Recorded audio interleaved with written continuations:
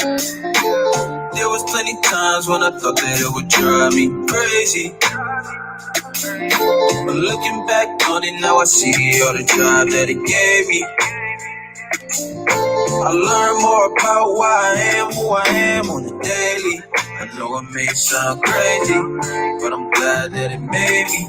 Yeah, glad that it made me. Yeah, glad that it made me. Looking back on it now, I see all the drive that it gave me. So glad that it made me. Yeah, baby. Yeah, it made me. Oh, it may sound crazy.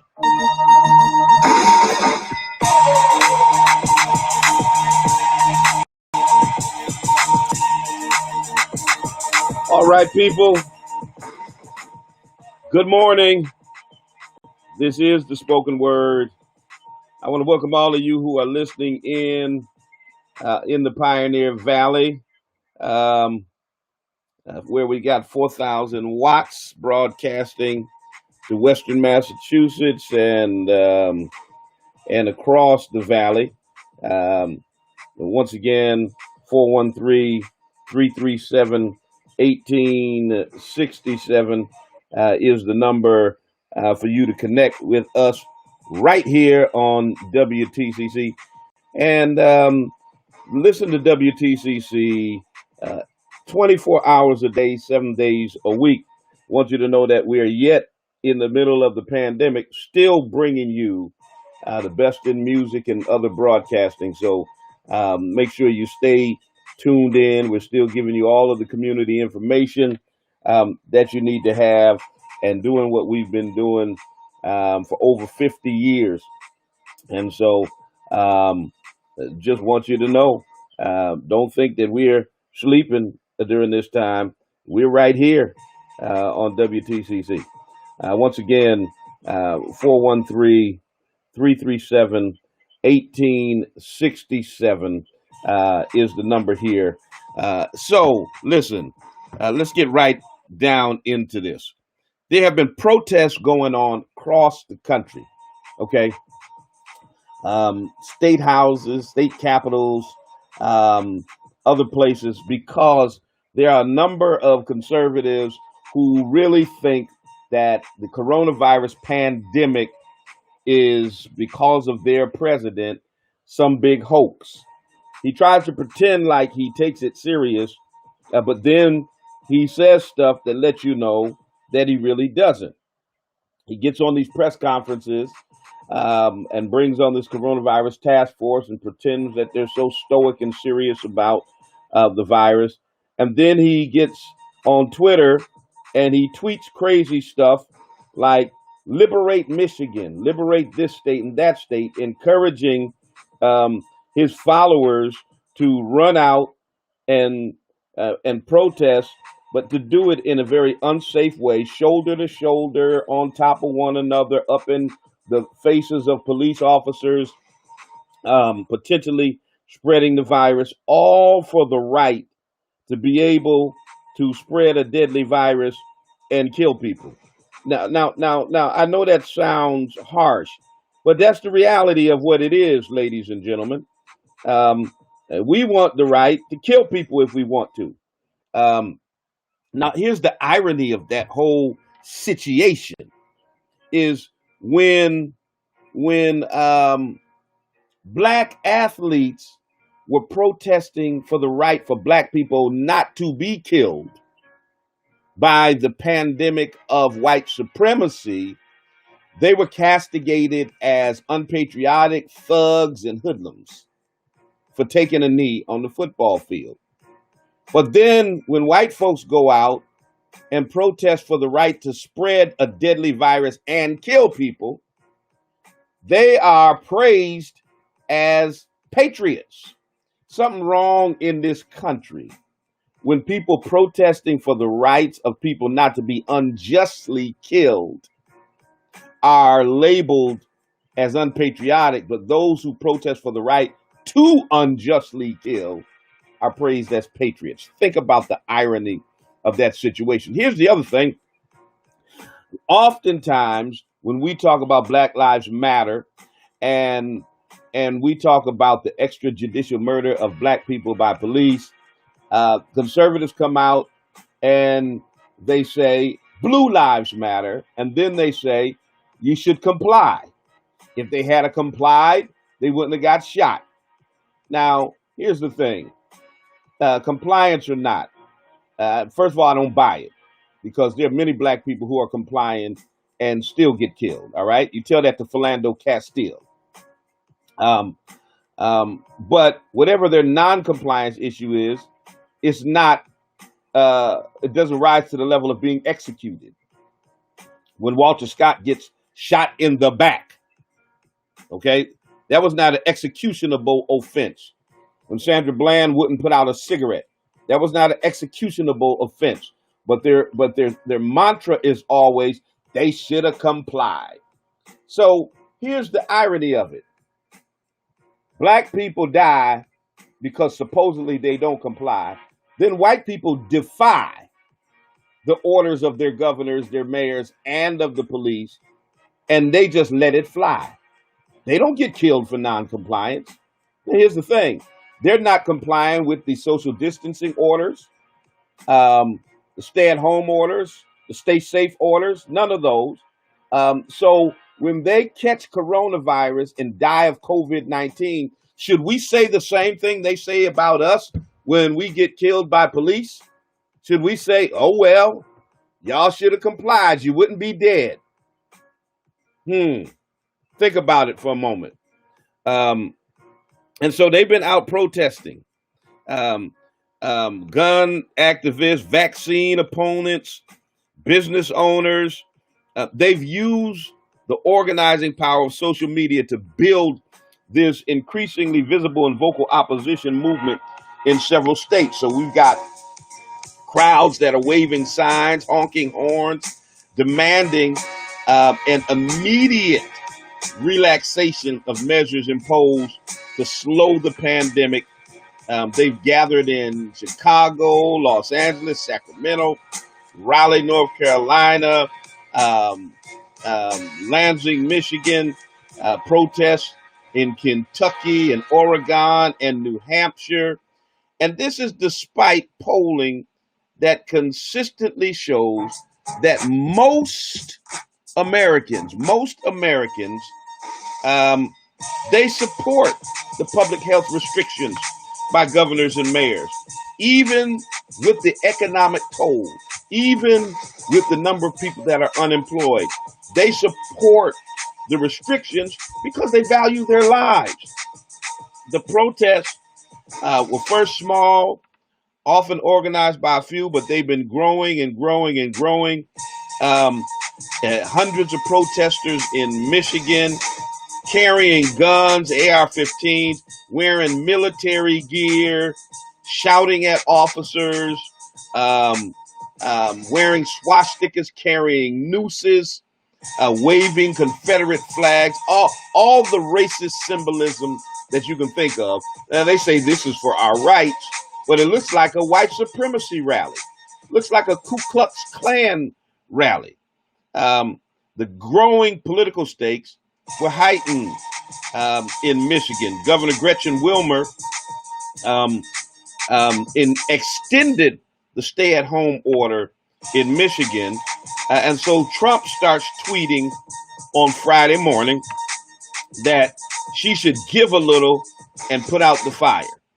Now, you know, they keep saying that this is about economic stress and economic crisis and all that kind of stuff. I think it was just an excuse and a reason for these white supremacists to get out there, because they've been trying to use this whole thing to start a race war anyway. I'm gonna play for you. I'm gonna show you.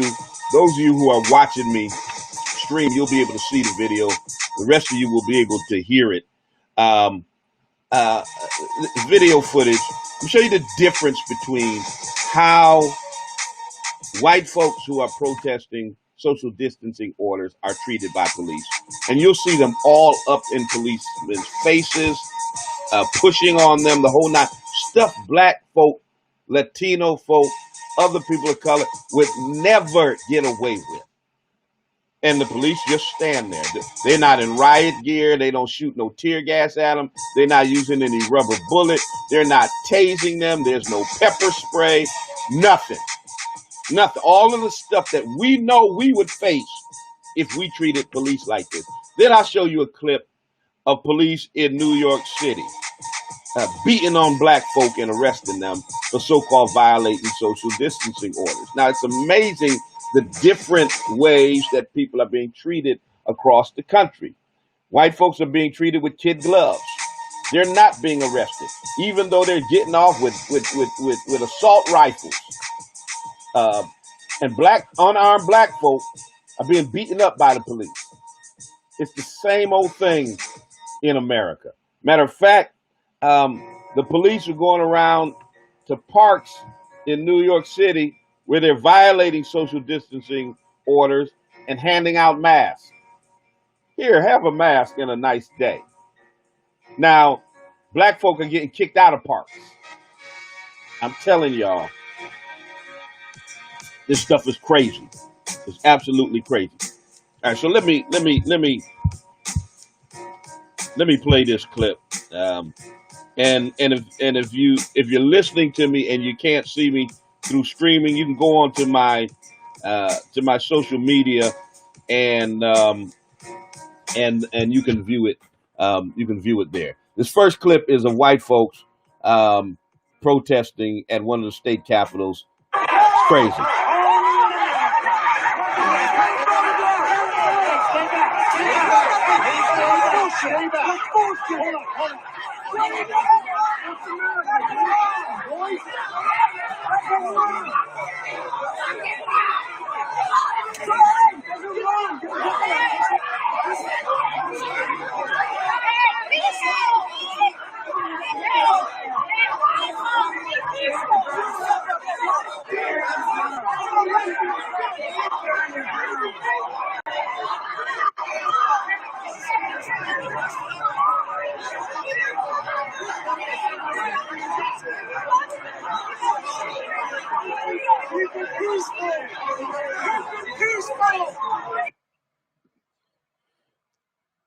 So you get the idea. You see what's happening there. They're pushing on police.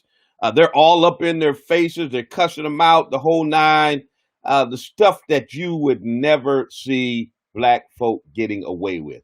Now contrast that to this next video of black folk in New York City and how they're being treated by police. And you'll see one innocent black guy who's just standing there watching. The police officer walks up to him, telling him to get back, and then all of a sudden he starts pepper spraying him and beating him up. Check it out.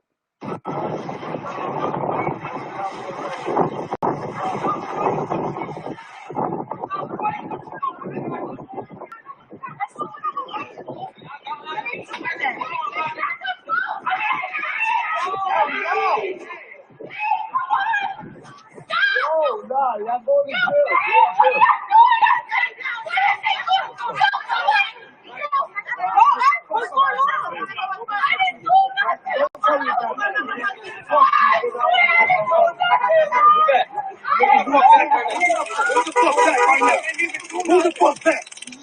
Who the fuck back? What you flexing for? You flex. You got lost some too, see? Look. He ain't even do nothing. He ain't even do nothing. Look. He ain't even do nothing. He's pussy. So you check that one out. You see the cop come up, and that was a police officer of color, looked like a Latino, and we know that once they get on these police forces, they turn into race soldiers, and they try to uphold the tenets of white supremacy even better than white officers do.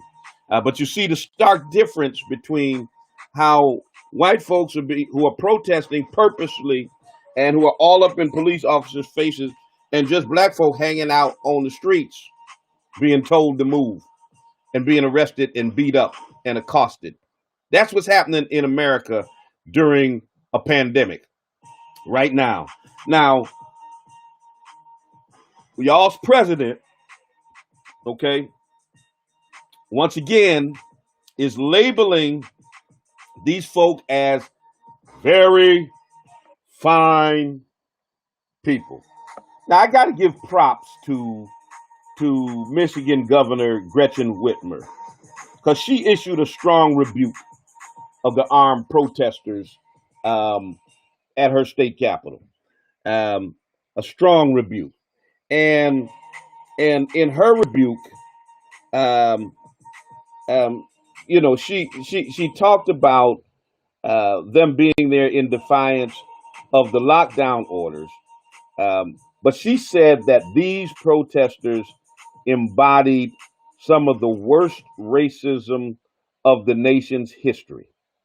Um, she said some of the outrageousness of what happened at their capital depicted some of the worst racism and awful parts of our history in this country. She was being interviewed this past Sunday, yesterday, matter of fact, on CNN's State of the Union. Um, Now, she was talking about the fact that they were there with guns, wearing swastikas. We know what they represent. Carrying Confederate flags. We know what it represents. Um, just all of the white supremacist paraphernalia you can think of. Long guns gathered inside the state capitol. And Trump comes out and calls them very good people. She ought to cut a deal with them. They're very good people. Now, let's just think about it. They are out there with all of the vile and racist imagery of the past. You know, swastikas representing the Nazis and the Holocaust, Confederate flags representing slavery here in America, all of that kind of stuff. Carrying nooses, you know what the noose represents, hanging black people. Who is a very good person who does that? Yet, that's what y'all's president is calling these folks. Very good people. Those of you trying to call in, I'll get to your calls in a moment as soon as I open up the phone lines. Very good people. Now, this ain't the first time he called white supremacists very good people. Y'all remember after Charlottesville, they were very fine people then.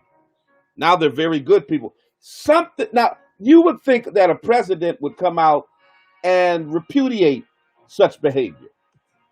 That the actions that happened at the Michigan State Capitol are reprehensible.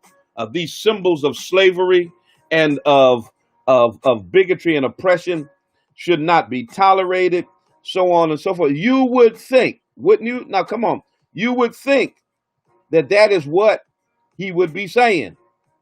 That ain't what he's saying. He's praising them because they's very good people. These is my people, is what he wants y'all to know. This is my base. These are the people that support me. So they got to be very good people. All right, let me open up the phone lines now before I set it up for our guest that will be coming on in about 20 minutes, and we'll talk about the Springfield police issue. 413-337-1867. I'll take your telephone calls if you want to chime in on the conversation. Be glad to hear what you have to say about it. This is the day and the time that we're living in, ladies and gentlemen. This is the day and time that we're living in, where the president of these yet to be United States of America is praising white supremacists as good people. Good morning, caller. You're on the air. This is Dr. Pamela Grayson, and I'm from Dallas, Texas. How you doing? And I'm good. How are you, Bishop? I'm good. And I just saw that video of those Caucasian folks in the police officer's face. Now, you know, after the Botham Jean murder, we protested down here. We had peaceful protests. It was 2018, and like our ancestors in Birmingham were sprayed with water hoses, we were protesting, marching peacefully. We decided to take a left to go towards the police association building. They blocked the street and pepper sprayed us. We did not touch anyone. We weren't even that close, and we got pepper sprayed. My 6-year-old child was with me. I have been out there with the police department. We've again peacefully protested. They began to verbally attack us, criticized me on a personal level, even discussing my child. Wow. And I took that to the chief and told her what happened. Never, ever have we touched the police as they did. Had we touched them, we would have been brutalized. Oh, what you just sold is absolute bull crap.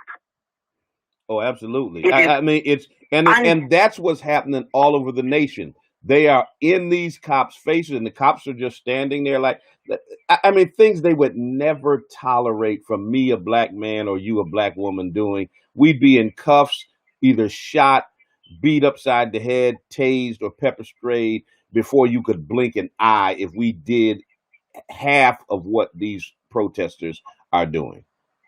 And that is the absolute truth. It angers me. It's amazing how they will discount it. They're going to justify it and then tell us all day if we did what the police said, we wouldn't get shot. Right. If we comply, we won't die. There you go. But they don't comply, and the cops let it fly. It's absolutely amazing. Thank you for calling, Doctor. You're welcome, sir. You have a great day. You too. 413-337-1867. 413-337-1867. I'll take your telephone calls. Good morning. It is the first Monday. I forgot, but it's good you called in anyhow. This is Senator Eric Lesser. The power of the Google alert. Yeah, this is Senator Eric Lesser with our State House check-in on this Monday morning. What's happening, Senator? Good morning, Bishop. How are you doing? How's the family? Everybody's well. We're doing well. How you doing? Good. Yeah, can't complain. Everybody is safe and healthy here. Just trying to stay sane with school closed and everything. But yes, no, luckily everyone's in good shape, so nothing to complain about. But a lot happening, and I hope everybody listening is safe. And wanted to check in, see what's happening, what questions we can answer. Okay, so tell us. What is give everybody the latest update on the last press conference the governor had about Massachusetts and the social distancing orders, et cetera, et cetera? Was it extended? I know he closed schools for the year, but kind of give them the update.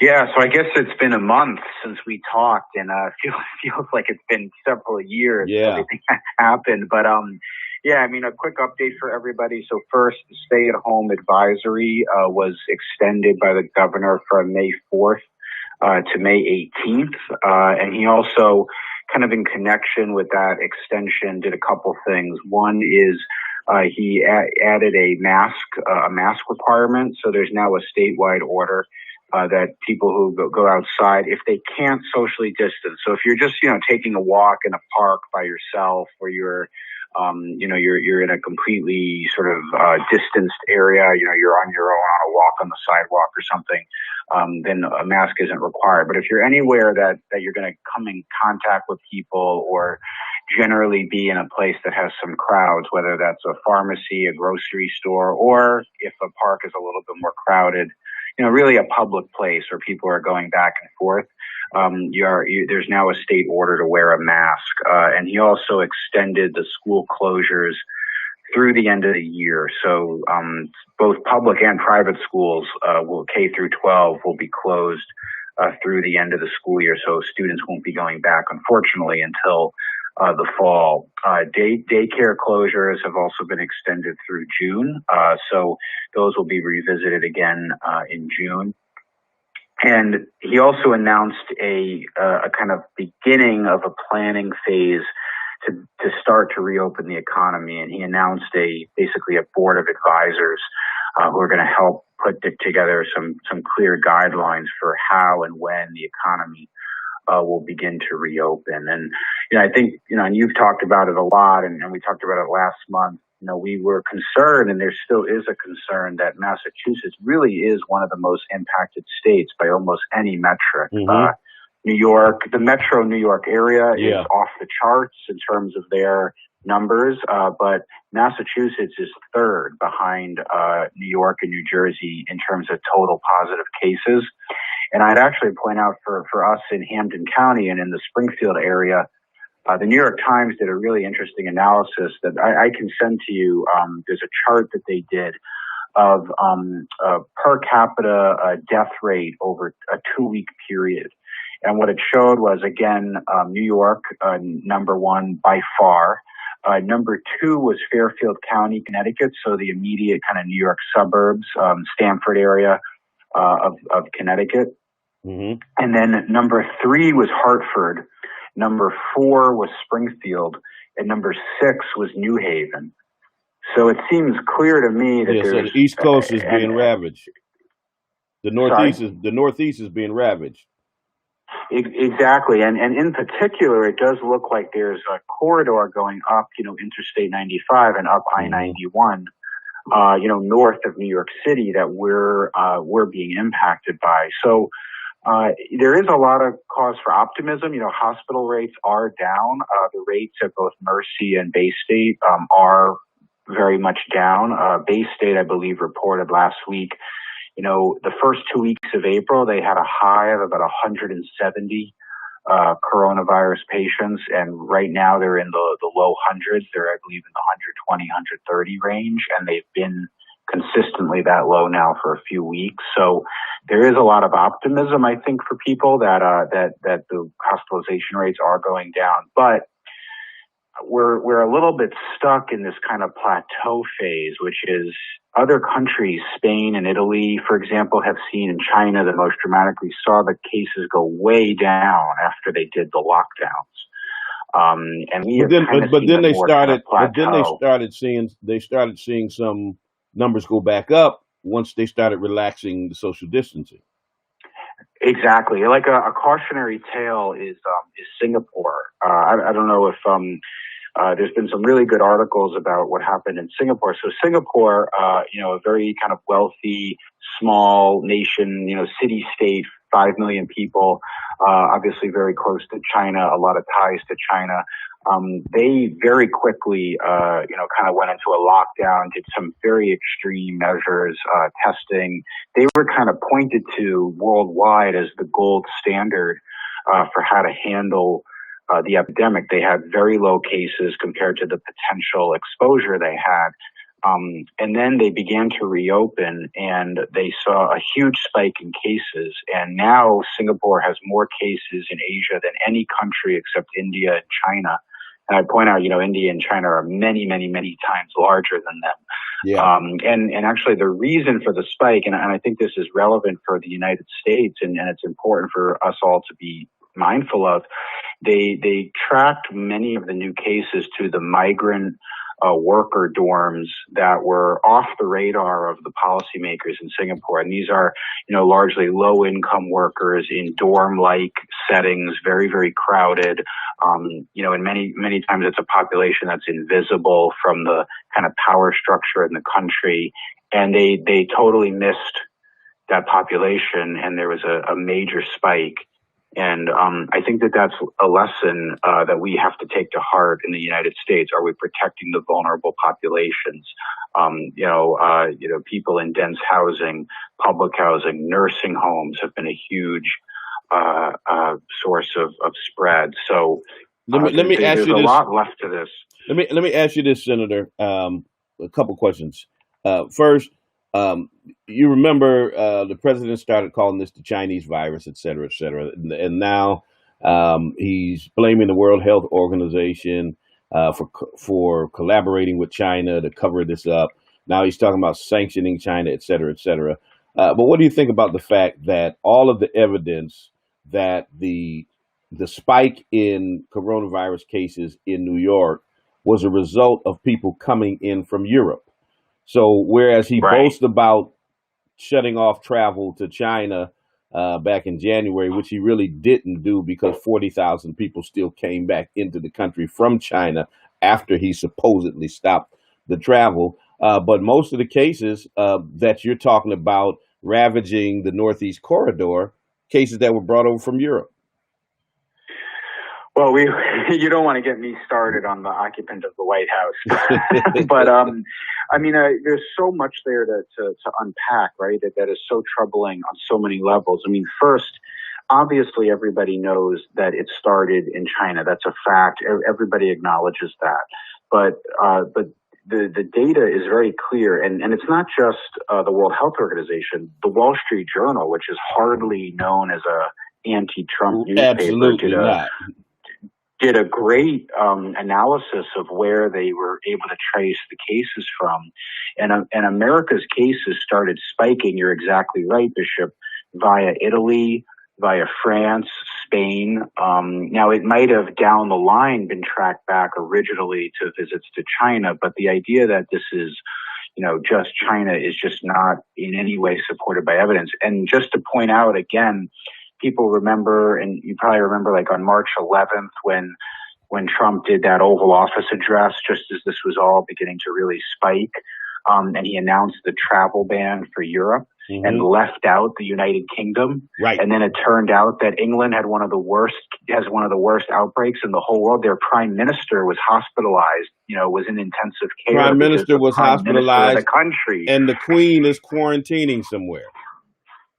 Right. Yeah, the Queen was in seclusion somewhere. The Prime Minister has the disease, and somehow the UK gets left out of the Europe travel ban. I mean, the lack of leadership on a national level. None of us have been fans of Trump for a long time.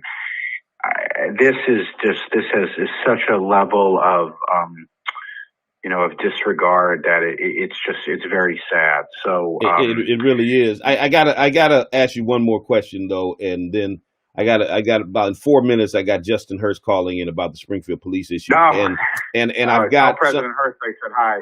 Absolutely, and I've got some folk in my comment section saying, ask Senator Lesser about the Springfield police issue. So I'm gonna put it right there and see if you got any comment on it.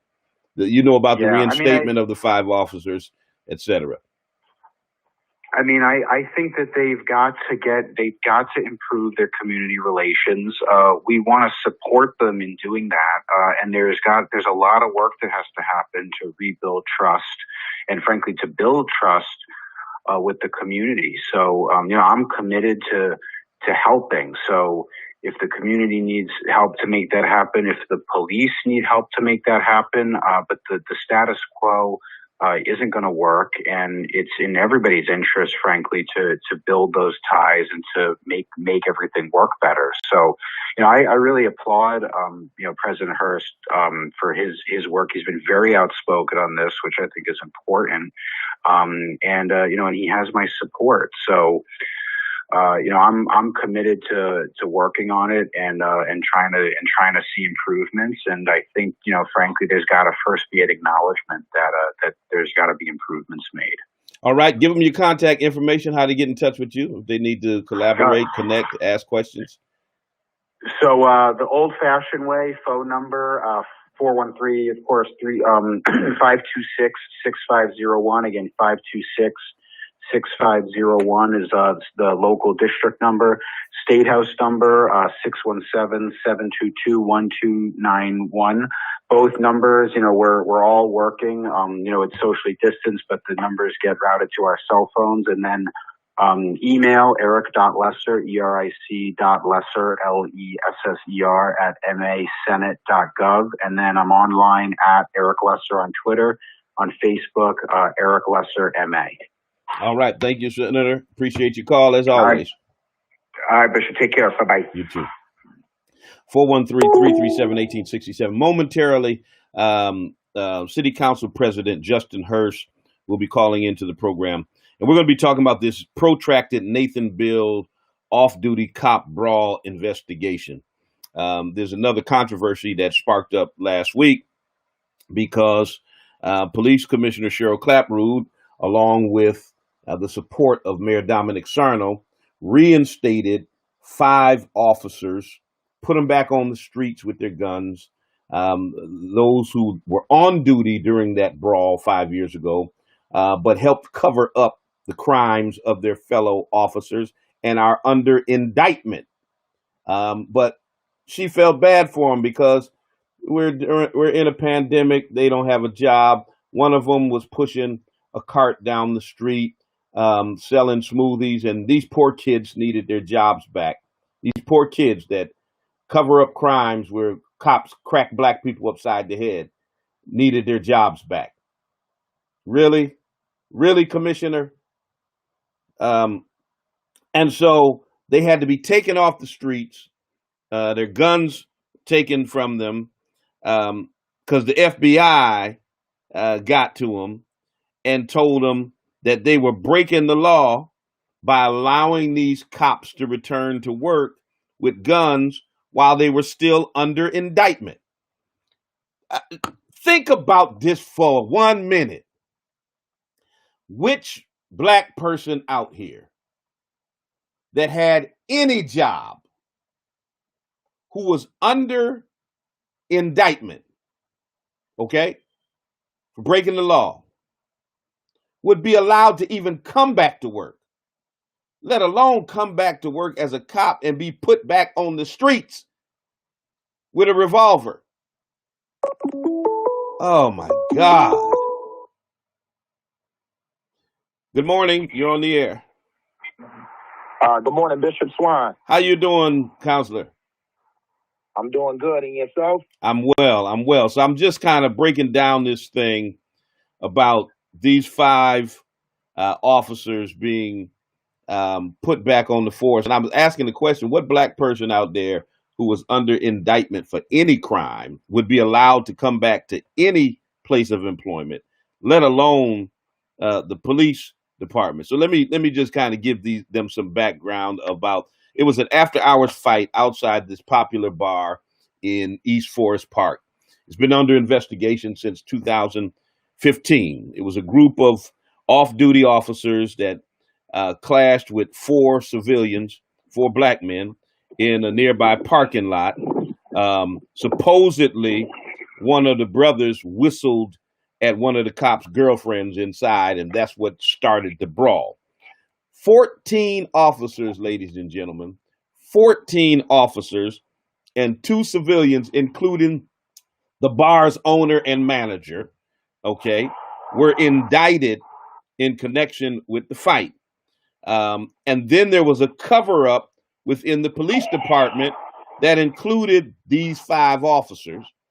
They were all suspended without pay after they were charged in 2018. Incidentally, if that was a black-owned bar, they would have had their entertainment license taken from them, but that didn't happen. The mayor didn't do that. Matter of fact, the mayor had his wife's birthday party at that bar. So we see a little different treatment. Somebody gets stabbed outside of Aquarius, and he wants to take their license, but we get 14 cops indicted about an incident at Nathan Bill, and he has his wife's birthday party there. So we see the disparity that's happening right there. But I'm gonna just drop that on there. And Counselor Hurst, why don't you bring us up to speed on what happened with the reinstatement and the statements that you made regarding it? Yeah, no, so I appreciate you giving that recap. I think you're spot on. I think if it was any bar owned by folks of color, it would have been shut down. That has typically been the mayor's MO, and the idea that not only would he continue to have functions there, I think the school department had a function there that I thought was absolutely distasteful. And in addition, that same bar received a prime to pump grant, and that folks that the city recently distributed in the second wave when they gave $500,000 to small businesses. And so the idea that this particular bar is reaping the benefits of exceptions to the rule or of being an exception to the rule is very clear. And, the question that I ask is why, especially when something so significant happened there, and we still have individuals that are under indictment in that particular matter. So just to bring you up to speed in terms of what occurred, the police commissioner felt it necessary as a result of losing some of her force to COVID-19 that she would reinstate these 5 officers, put them back on the streets, allow them to carry a weapon and police the very same streets where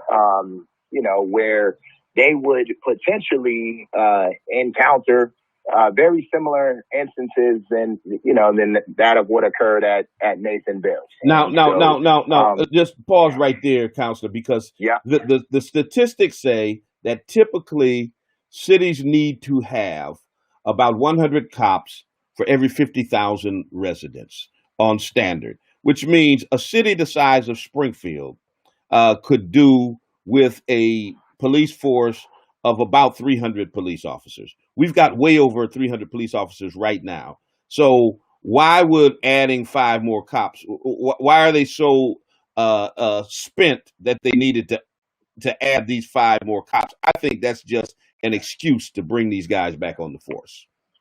Well, I think it's very obvious that it was an excuse. And the fact that they were willing to be so brazen about it is the part that I have a problem with. And we know it's wrong. The fact that they haven't arrived at the conclusion that it's wrong is even more problematic. And you're talking about our top cop in law enforcement is sanctioning this. Our mayor is sanctioning this. Mm-hmm. So it's definitely a problem. And when she originally created her plan in terms of filling potential officers who would be down to COVID-19, it incorporated the state police. It also incorporated the National Guard. In addition, she had access, which my colleague, Councilor Gomez, pointed out, to the sheriff's department. And so she had a variety of different options that she was supposed to be putting forth in the event something like this happened. The part that is even more problematic is that when she did it, 2 weeks later, there was a graduating class of 34 officers from the police academy. Wow. In addition, go ahead. I'm sorry. No, I just said, wow. Go ahead. Yeah, no. So they were expecting a graduating class, and no more than a week, maximum 2 weeks, this class was going to be on the street. And so the idea that she needed these 5 officers that bad is there's something wrong there. Well, let's also deal with the elephant in the room, because the elephant in the room is when you have a police commissioner. And remember, ladies and gentlemen, I'm not saying anything I wouldn't say in a Commissioner Clapperud's face or in the mayor's face. Matter of fact, I sat in the mayor's office and said it to both of them. It's problematic that we have a commissioner who is on the Brady list, who was busted lying on a police report to cover up the actions of the department. And so it's easy for someone like that to look the other way about 5 cops covering up a crime if you've been guilty of it yourself. Now, let's just keep it 100. Yeah, absolutely. That's the elephant in the room that folks haven't talked about. And, you're absolutely right. I mean, if you're going to make a pass, why would you not make a pass on something that you've done yourself? And so if these particular cops have their cases heard in court and they are proven to be not guilty, then absolutely put them back on the streets and reinstate them immediately. All I'm asking is that you let the judicial system play itself out. And the idea that we're not doing that and that folks have been very reticent in speaking up about this issue. So I appreciate the fact that you're having this conversation on your show is disappointing. And the idea that they would feel as though this is acceptable and that people won't in turn fight this is a travesty. And we need to get better as leaders. We need to be more vocal I'm proud of Councilor Whitfield, who stepped up to the plate, and she came out very strong against this, citing some of the same reasons that we've already talked about. In addition, kudos out to the Urban League, Henry Thomas, and the chair of that board, Reverend Watson, for also speaking out. I know that is what ultimately brought attention to this very case. And the other reality that we kind of have to sift through is that, yes, she was forced to take these officers off the streets, but they are now receiving close to $400,000 to be behind the desk. And her sole reasoning and justification for putting them back on the streets was the fact that she needed people on the streets.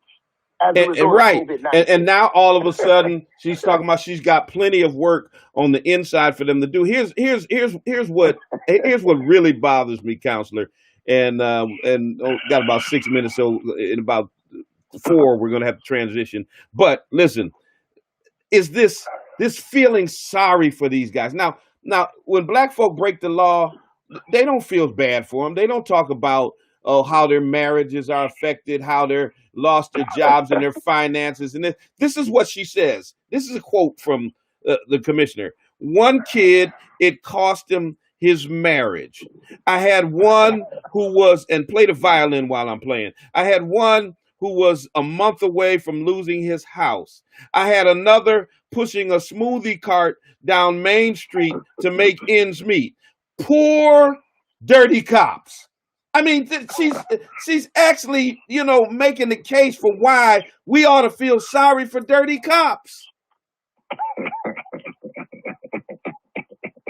I might get in trouble. So I understand, but that's crazy. I probably shouldn't say much more, but you can't have the person who is at the very top sanctioning something like this. This is just a matter of right and wrong. And the idea that the FBI has to come in and tell you that you're wrong, that the state attorney general has to come in and tell you that you're in violation of the law. First of all, you're in violation of doing the right thing. That's basic. Forget about the law. How about just do the right thing? How just about be ethical. Do something that will allow the community to build trust in our department. Why not do that first? And it shouldn't even have gotten to the attorney generals or the FBI. And the sadder part is that they were already here. Right. They were already here as a result of what has occurred. So it didn't take much for them to intervene in this particular case, and we should know better. And then she says, the police. Then she says she's standing by her decision and trying to appeal what the FBI said, trying to get that reversed so she can get them. So she's bending over backwards, trying to get them back out on the streets. Why not lay down on this? Because I know if Justin Hurst and Talbert Swan were police officers under indictment, it would be a no-brainer. We would be off the force until our case was over. And only if we were exonerated would we be brought back on the force. No questions asked. There would be no interim period. Nothing like this would ever happen. Absolutely. And she will only stand by her decision if we allow her to stand by her decision. So that's why I appreciate you bringing it up on your show and the fact that we need to actually start a movement. And so I'm appreciative of those that have spoken out. You, Councilor Whitfield, the Urban League, and so many other people that I've heard from. This will not happen if we step up and make our voices heard. So I want to thank you. I want to thank you for your leadership on this and for sounding the alarm and for really grabbing the bull by the horns and running with this travesty, and for the call you gave me the other week. And there will be an official statement coming out from the branch, and you'll be with us in our meeting tomorrow. But I want to thank you for your leadership on this. Definitely. I appreciate it. And, it can only be, we can only overcome things like this as a group. And so if we collectively address these issues, they will start happening more infrequently. I can assure you of that. And they will think twice before they do something that is just absolutely wrong. All right. Thank you. Appreciate you, Counselor. We'll talk. All right, you take it easy. You too. Anytime. All right. All right, ladies and gentlemen, I got to transition out of the spoken word here on WTCC. It's been my pleasure being with you this morning. When we're off the air on WTCC, I'll continue for a little bit on our social media sites, and we'll look at some of the comments and allow you to ask some more questions and call in. So until the next time I talk to you and you talk to me, always remember, God loves you, and so do I.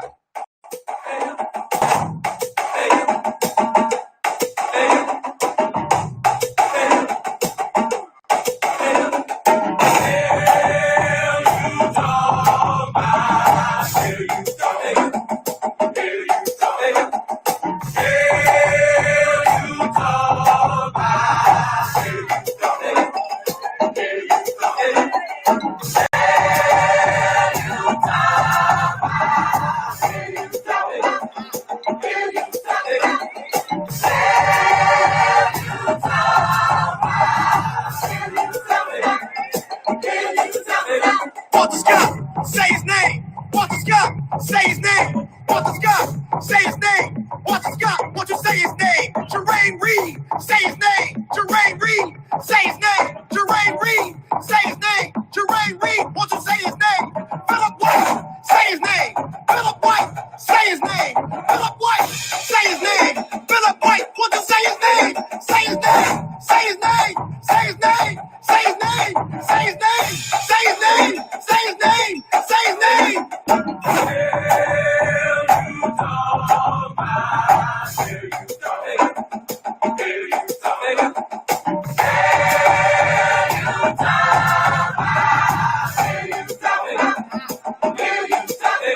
Eric Garner, say his name. Eric Garner, say his name. Eric Garner, say his name. Eric Garner, won't you say his name? Trayvon Martin, say his name. Trayvon Martin, say his name. Trayvon Martin, say his name. Trayvon Martin, won't you say his name? Sean Bell, say his name. Sean Bell, say his name. Sean Bell, say his name. Sean Bell, won't you say his name? Say his name. Say his name. Say his name. Say his name. Say his name. Say his name. Say his name. Won't you say his name? All right. All right. Spoken Word, the extended edition. We're now off of the air, off of the radio, WTCC, and continuing on with those of you who are engaged on our social media sites. And you can continue to call in if you want to. 413-337-1867. 413-337-1867.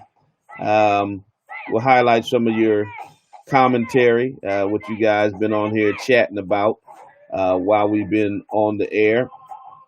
But yeah,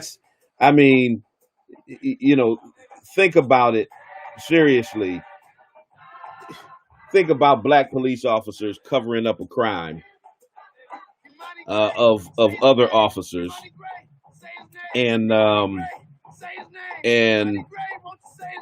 being brought back on the police force, put with guns put back in your hand, and sent back out on the streets, and then using as an excuse, we're overextended by COVID-19 and we needed the cops. We needed these 5 officers, even though next week we got 34 graduating from the police academy and are going out on the streets. Come on, man. Come on, man.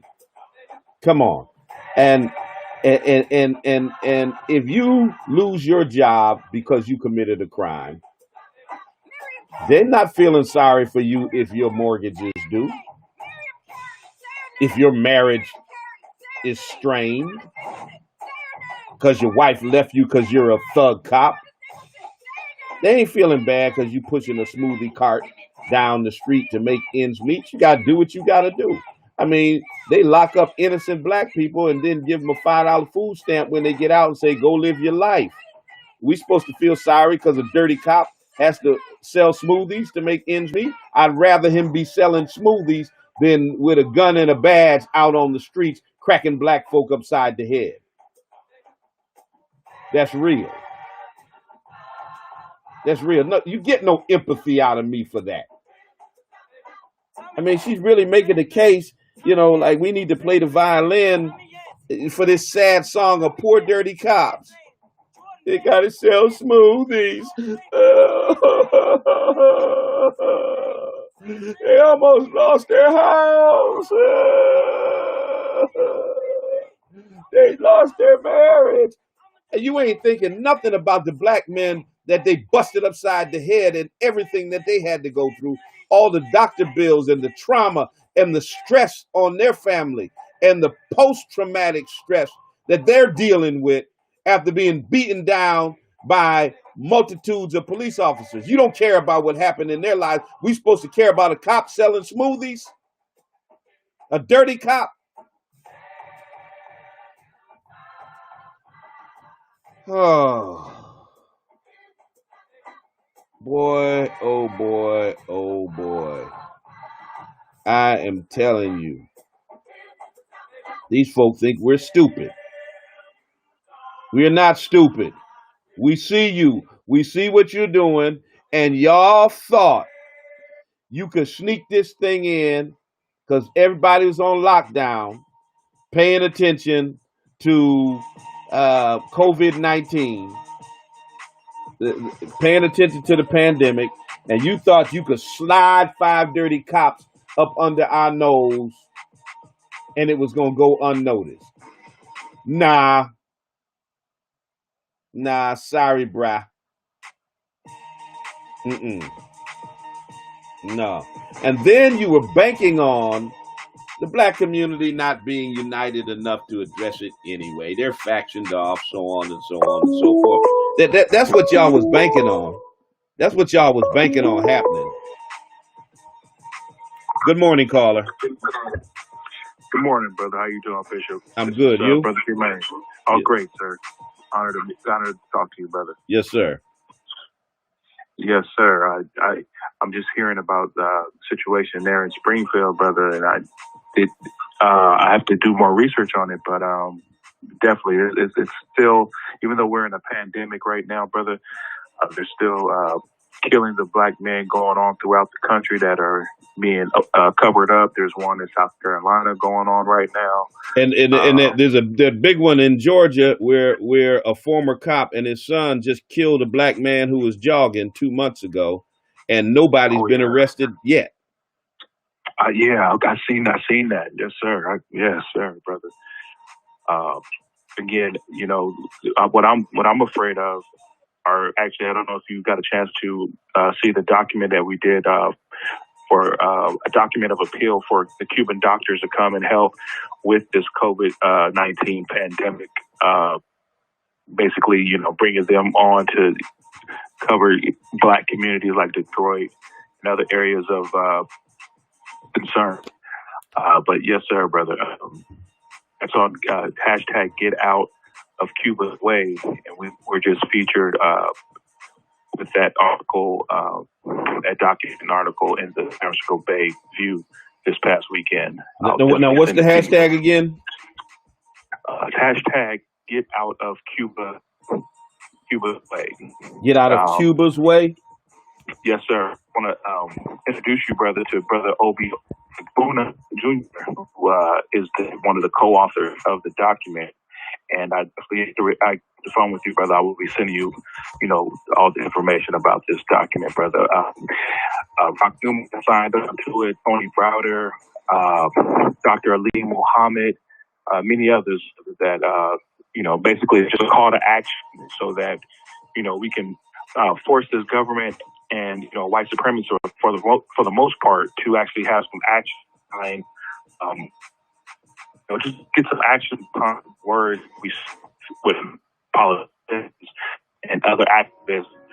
Something that we all can unify ourselves with, because Sister Asada Shakur is still in Cuba, and she's still on the FBI's most wanted list and things of that nature. So with the elections being postponed and Joe Biden and Donald Trump and everything else that's going on. You know, we need something that we all can unify, you know, regardless of political party and affiliations and different things like that. So that's the document for an appeal for Cuba, for the doctors to come here to America.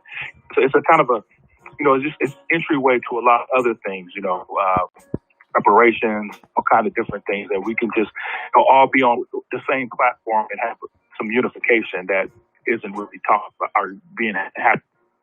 Now, the unfortunate reality for us right now is after President Obama began to normalize relations with Cuba, no in, he begins to try to basically undo everything Obama did, and that was one of the things was to go back to the status quo with Cuba, and then, matter of fact, he boasted about um, Asana Shakur being on the list, and was in a press conference, called her name Joanne Chesimard, etc.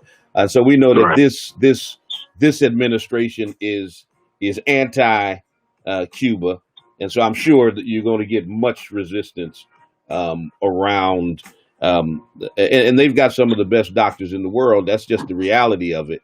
But I know there's going to be much resistance to that initiative.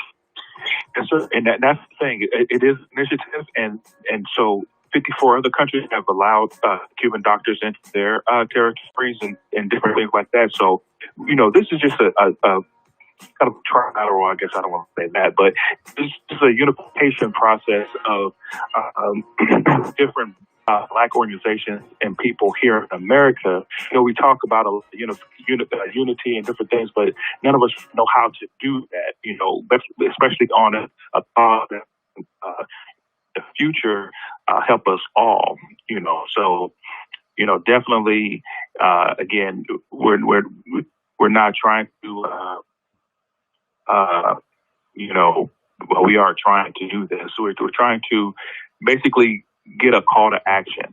And, you know, we have a lot of talking heads that have been talking about COVID-19 and, you know, conspiracy theories, hoaxes, all these different things, but brothers like Dr. Ali Muhammad who has been, you know, very instrumental in different pandemics and situations as far as like the HIV. I don't know if you're familiar with the interferon, you know, so and other green medicines, you know, I've been talking to the blue people. We haven't connected yet, but, you know, even bringing, you know, the Dr. Sebi folks on board with this, sure, and just kind of just getting a all around unification of Black people, Black United Front that is needed. In regards to also our politicians, you know, being bought and paid for, you know, by George Soros or whoever else they're bought and paid for by, so we have to just address what's going on. And I'm saying that because you brought up President Obama. So, sure, you know, that's our brother and everything else like this. But, you know, we must, you know, tell the truth. And with this, you know, Bill Gates Foundations and other things that's going on around this COVID-19, if we're all dead and gone, you know, they win, and that's what they want for the most part. So we have to be some truth tellers and some action doers behind our words. And so the document of Cuba, the document for Cuba, is just an entryway into a lot of other things. And again, we should be having Asada Shakur's back. And she is one of the so-called African Americans that's abroad right now, brother. And we all know the ramifications of what she had to go through with COINTELPRO back in her day. And so, yes, brother, this is just, you know, right now, we have no real direction right now. You know, our Black leaders are too busy trying to get Trump out of office, which is, yes, that could be, you know, but Joe Biden might not be that guy. Right. You know, let's just say it, right? Yeah, I mean, the reality is we're stuck in the same situation that we're always stuck in, making a decision between Satan and Lucifer. Yes, sir.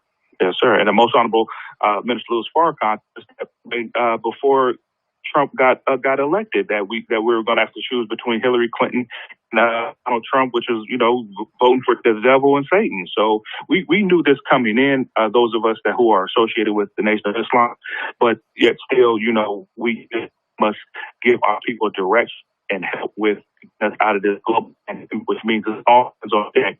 So differences with people and all this other stuff like that, we have to be able to sit down in a room and talk about those, put those differences aside for a moment and just deal with this pandemic that we're dealing with right now.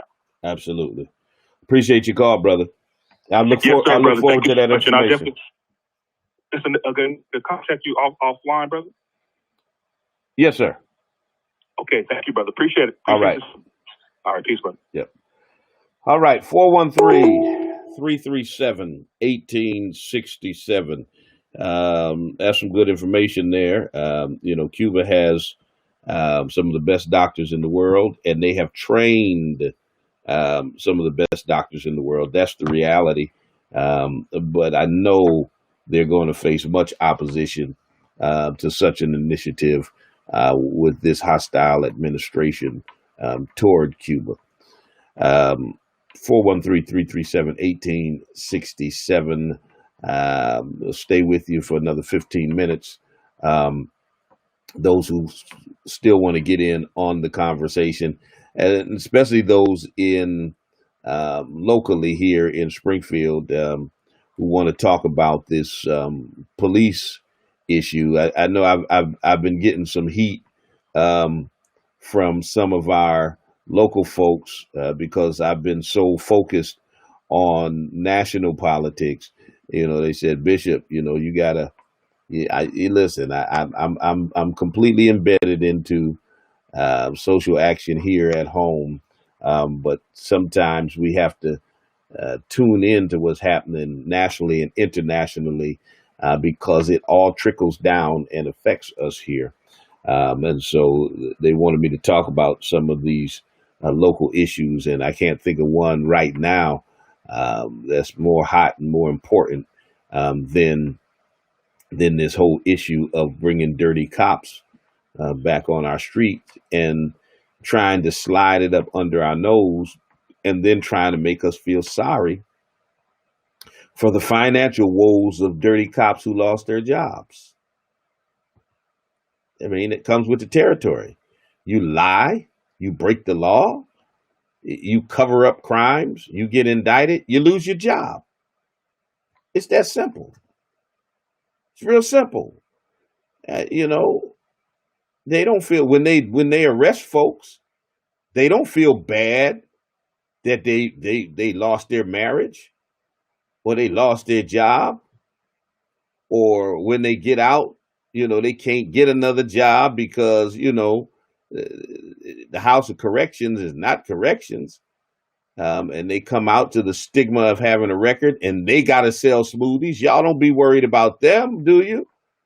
Why the hell should we be worried about crooked cops?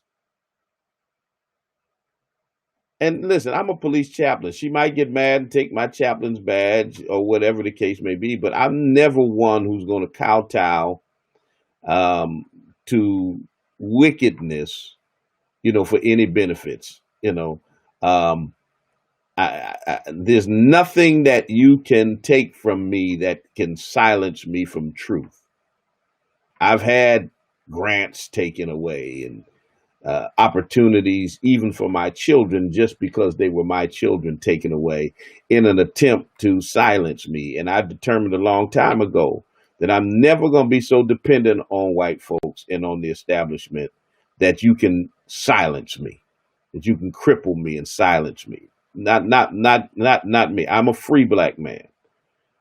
So you want to take my chaplain's badge because I'm speaking against this crookedness in the police department, then go right ahead.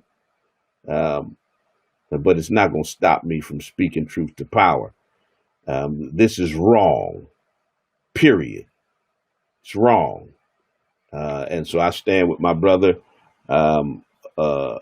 City Council President Attorney Hurst, and Urban League President Henry Thomas, and Board President Reverend W.C. Watson, and my sister, The first person who I ever endorsed in a political race, Tracy Whitfield, city councilor, and all of those who are speaking out on this particular issue here in Springfield. You're not going to pull the wool over our eyes with this particular issue. Not going to happen. 413, I almost said the old number, 413-337-1867. All right, let me see who we got on here. Let me see who's saying what up in here. Apostle Stacy Jones. All right. Okay, let's see. Songbird, an insult to the black community's intelligence. Absolutely. They're always insulting our intelligence. And that's mainly because they don't think we have any intelligence. I mean, let's just keep it 100. They think we're intellectually inferior. That's real. Let's see.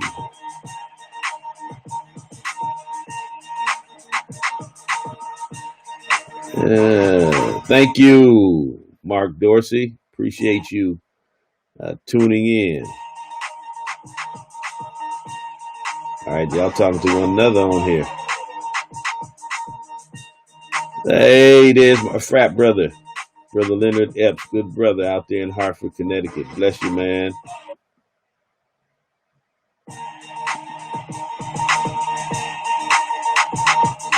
Let's see, somebody over here on the YouTube side. Burgundy, good morning to you. Let's go to the Periscope side. Twid Clothing. If y'all want to know about attending my church, check me out. Be glad to have you once this pandemic dies down. Brother Jermaine on the Facebook side. How you feeling there?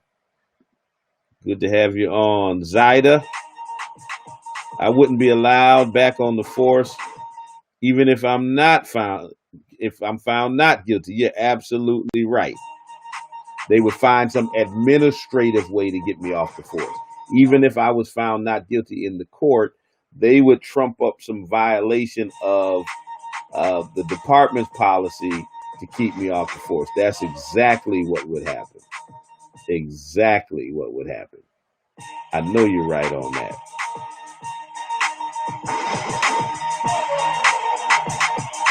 Let's see.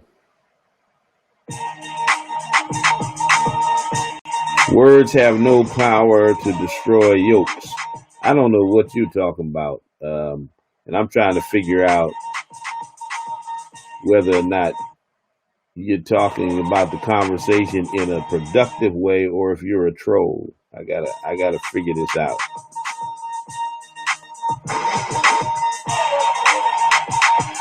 Let me see. Let me go back over here to Facebook.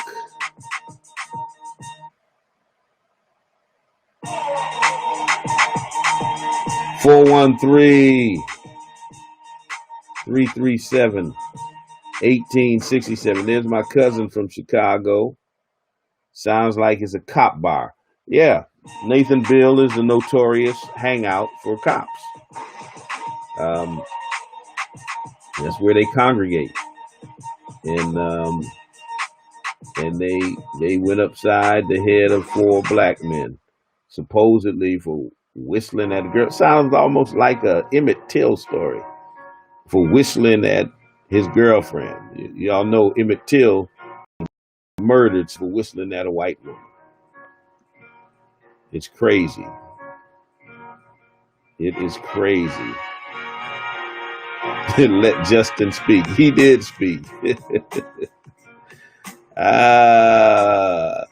Yeah, Dorsey, you were one of the ones telling me to talk about some local issues. We talked about it, Mark. We talked about it. Okay. Let me see.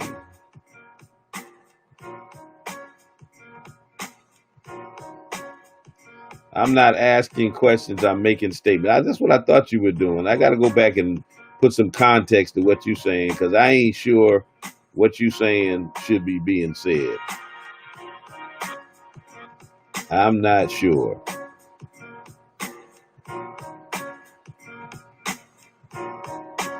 I typically try to scroll through some of the comments that have been going on, see what y'all been talking about as I've been engaging the public.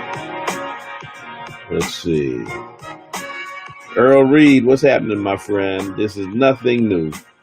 This is just what they do to take care of their own. You're absolutely correct. And here's my other good friend of 30-something years, Elder Rodney Mayfield. Good morning to you, sir. Good morning, good morning, good morning. Tony Taylor, thank you, man. I appreciate you. Jules Howard, good morning to you, sir. I got about 6 more minutes before I'm off the air, so if you want to give me a call, you got an opportunity. 6 minutes, Dougie Fresh, you're on. 413-337-1867. I want to remind you that on tomorrow, you'll see the announcement come up on my social media. We'll be having a general membership meeting of the Greater Springfield NAACP via Zoom. And we'll be talking about this police issue here in Springfield. And Attorney Hurst, our city council president, will be our guest, bringing us up to speed on it.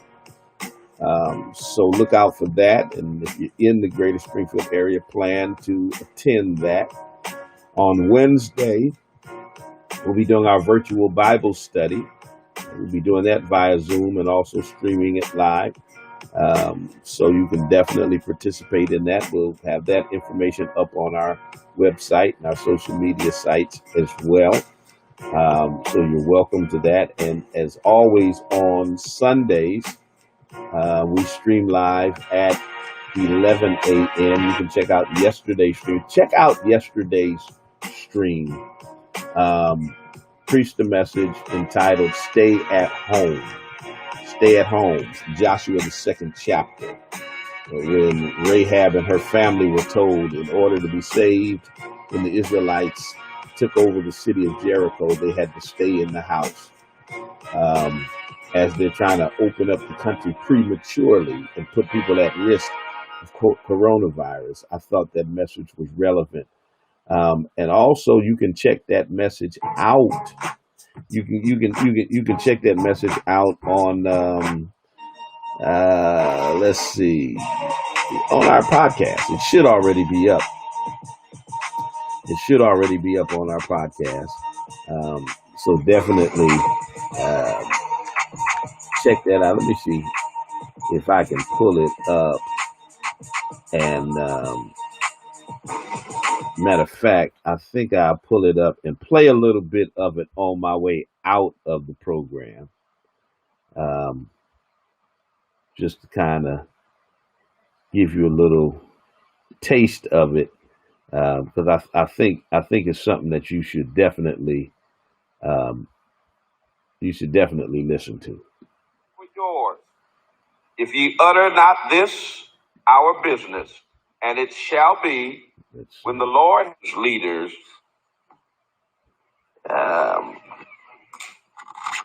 kind of look like the cliche about the weather in this state and that state, and encouraging them to engage in irresponsible public protests, putting themselves and others at risk of the continued spread of this deadly pandemic. And at the same time, he's starving these governors of the resources to handle the job.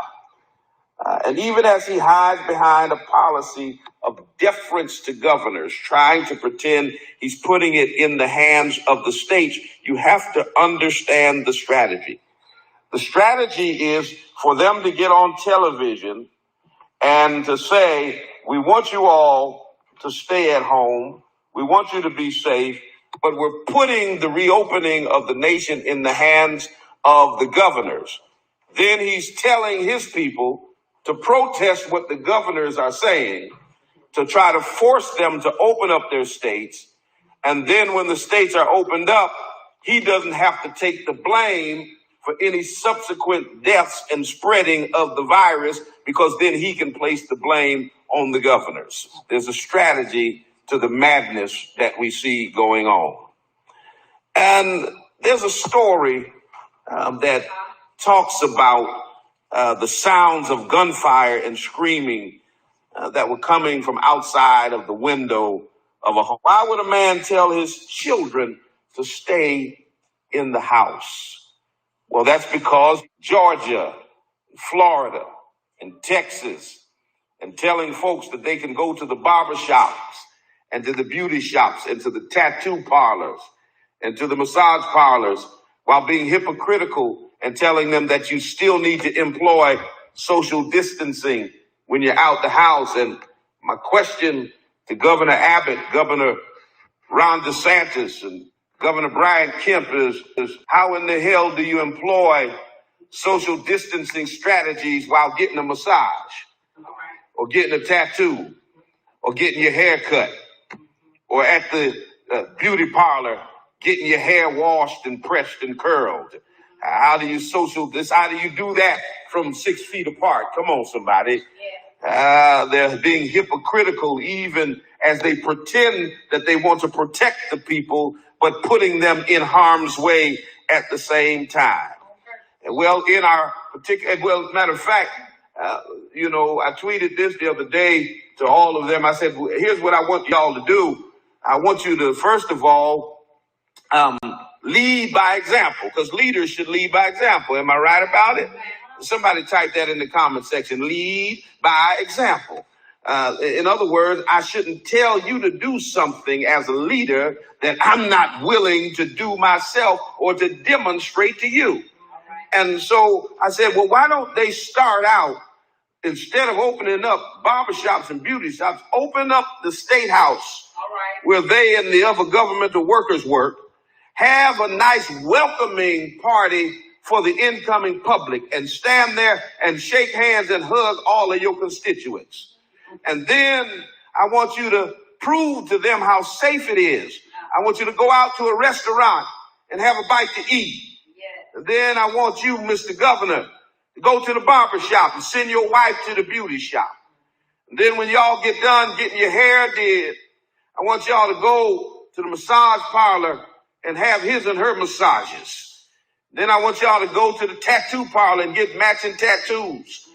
Amen. And then go home and show all the people how safe it is out there. But no, while the people are going to be out there working, you'll be quarantining in your private offices, in your vacation homes, and in your homes, watching to see how many of us die as you sit in safety.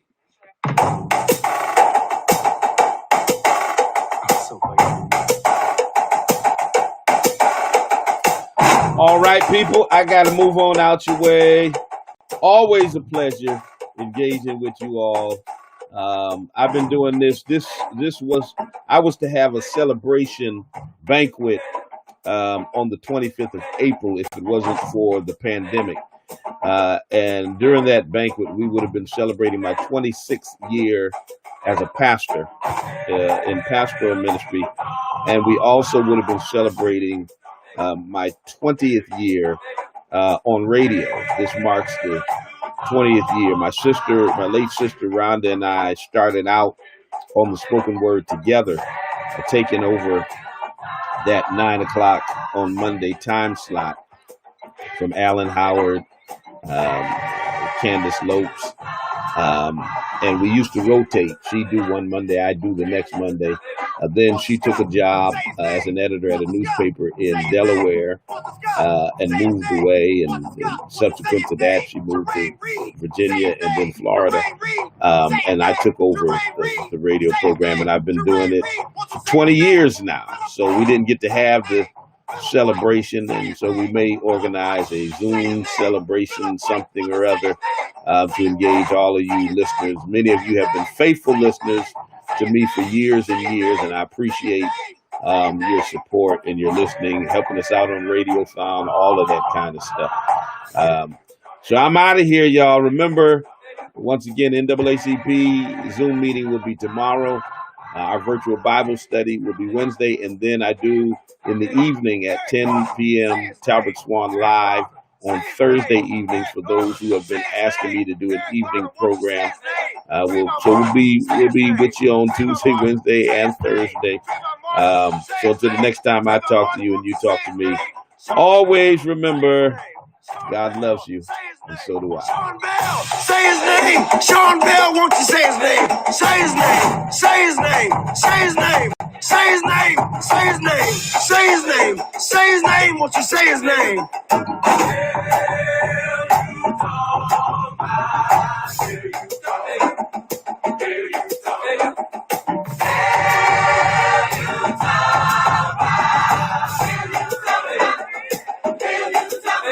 Freddie Gray, say his name. Freddie Gray, say his name. Freddie Gray, say his name. Freddie Gray, won't you say his name? Ayanna Jones, say her name. Ayanna Jones, say her name. Ayanna Jones, say her name. Ayanna Jones, won't you say her name? Sandra Bland, say her name. Sandra Bland, say her name.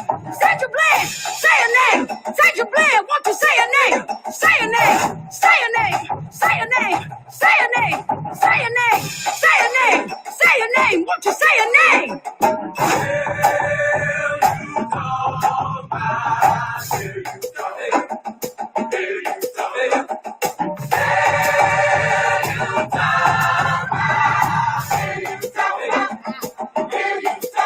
Kimani Gray, say his name. Kimani Gray, say his name. Kimani Gray, say his name. Kimani Gray, won't you say his name? John Crawford, say his name. John Crawford, say his name. John Crawford, say his name. John Crawford, won't you say his name? Michael Brown, say his name. Michael Brown, say his name. Michael Brown, say his name. Michael Brown, won't you say his name? Say his name. Say his name. Say his name. Say his name. Say his name. Say his name. Say his name. Won't you say his name?